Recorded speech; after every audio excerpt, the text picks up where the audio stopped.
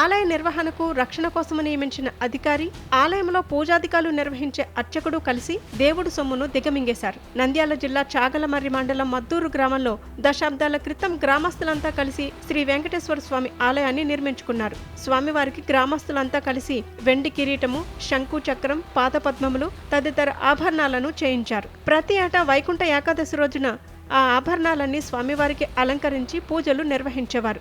ఆభరణాలన్నీ ఆలయ ఈవో, ప్రధాన అర్చకుడు కిషోర్ శర్మ సంరక్షణలో ఉండేవి. 2025 జూలై నెలలో ఆలయ అధికారిగా పనిచేసిన నరసయ్య బదిలీ, ఆ తర్వాత రిటైర్ అయ్యారు. కొత్త ఈవోగా జయచంద్రారెడ్డి వచ్చారు.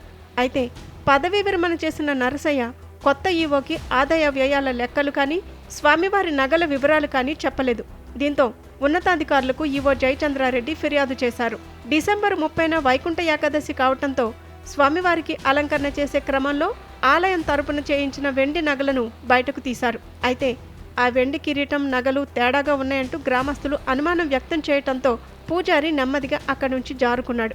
అనంతరం గ్రామస్తులంతా దీనిపై పోలీసులకు ఫిర్యాదు చేశారు.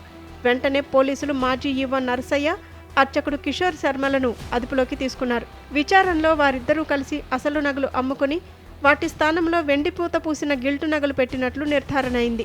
వీరు వెండి నగలను ఆలగడ్డలోని ఓ వెండి వ్యాపారికి విక్రయించారని, ఆ నగల బరువు 10 నుంచి 15 కిలోల వరకు ఉండొచ్చని సమాచారం. ఘటనపై పూర్తి స్థాయిలో దర్యాప్తు చేస్తున్నామని ఆళ్లగడ్డ డీఎస్పీ ప్రమోద్ చెప్తున్నారు.